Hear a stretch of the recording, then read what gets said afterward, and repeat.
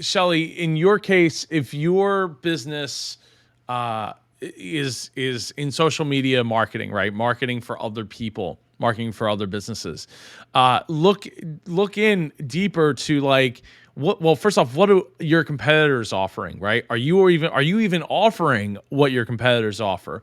And when you're looking at what your competitors are offering, ask yourself, is this something that I want to be offering? Is this something that I can offer? Is this something I'm trained well enough to offer? Or do I need to hire outside of my expertise to be able to either learn it so I can provide it, or hire to have other people do it for me?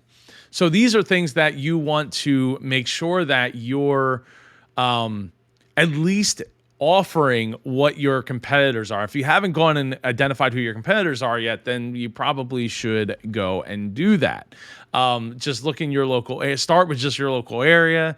I wouldn't necessarily, depending on your business and who you're trying to target, try to keep it within that area. I wouldn't necessarily go looking too far out. But if you find that, like, hey, I'm offering everything that my competitors in my area that are going after the same potential customers that I am are, then maybe start to look outside, see what people in like across the country are doing, and different markets are doing, what they're offering. And if they're offering the same thing, something else that I would look at doing at that point is where can I niche further in? So if it was, I'm doing social media marketing for small businesses, cool.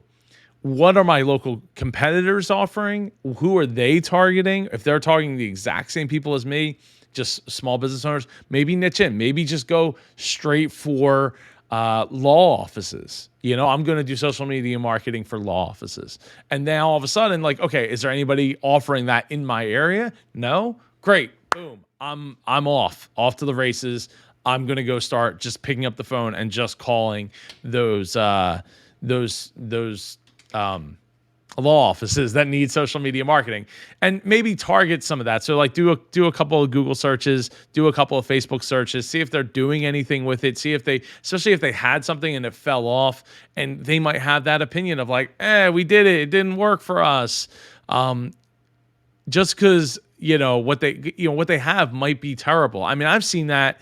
There was one example where a social media company was like, they didn't know what to post for a company, so they started posting about the weather every day. And I'm like, this doesn't really have much to do with what they're like. Nobody cares what the weather is in the wintertime in a place that's supposed to be a summer place.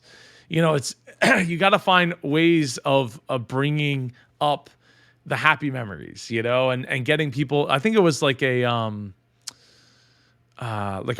real estate rental agency down in a warm location, and it's like you need to get people and well, not a warm location. It's a warm location. It's like a shore type of place in the Northeast, right? So it's like get people there when. Or get people to mentally go there, so they're like, hey, you know what? I need to book right now. I need to stay. This needs to stay top of mind today. So that's what I would look at, Shelly. If I was in that social media business, working with business owners, or just one example of like another way to generate that revenue. Look at what the opportunities are from your competitors, and then maybe outside of your competitors. And if it's just too crowded, then maybe you should get really niche and just go after that underserved opportunity in your market.